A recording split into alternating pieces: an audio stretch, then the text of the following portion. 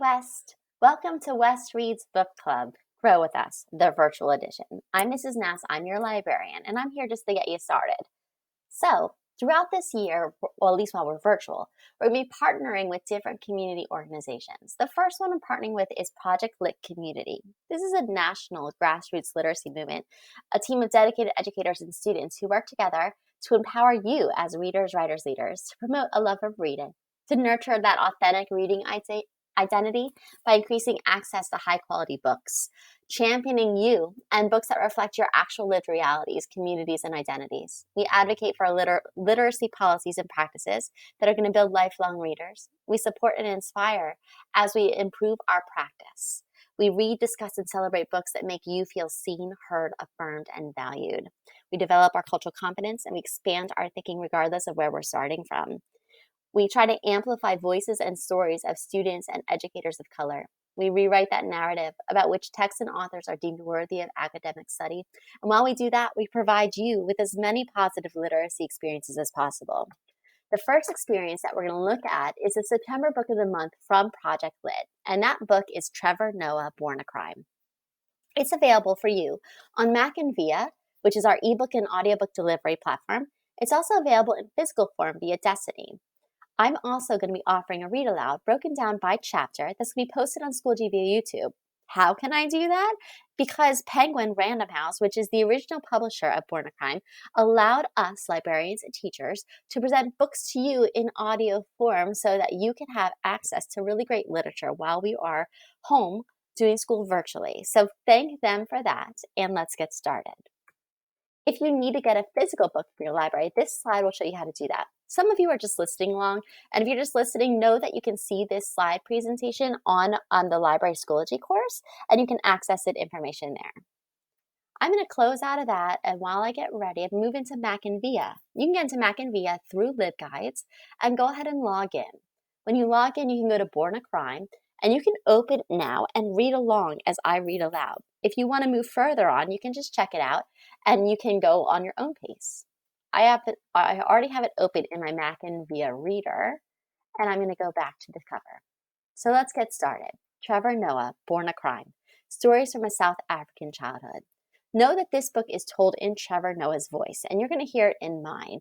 And there is a difference there because he's from South Africa, and I'm definitely not. So I'm going to try my best, but know that I'm very aware of that difference. I want to make sure that you're aware of it too. In this first podcast, or this first episode, we're just going to talk through the very beginning of the book, part 1, and we're going to then move into chapter 2 in a second episode. The beginning of the book opens with the Immorality Act, 1927, to set the scene. To prohibit illicit carnal intercourse between Europeans and natives and other acts in relation thereto. Be it enacted by the King's most excellent Majesty, the Senate, and the House of Assembly of the Union of South Africa as follows. Number 1.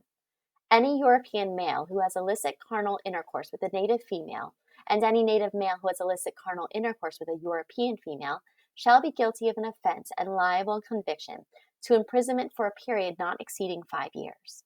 Any native female who permits any European male to have illicit carnal intercourse with her, and any European female who permits any native male to have illicit carnal intercourse with her, shall be guilty of an offense and liable on conviction to imprisonment for a period not exceeding 4 years. Part 1. The genius of apartheid was convincing people who were the overwhelming majority to turn on each other. Apart hate is what it is. You separate people into groups, you make them hate one another so you can run them all.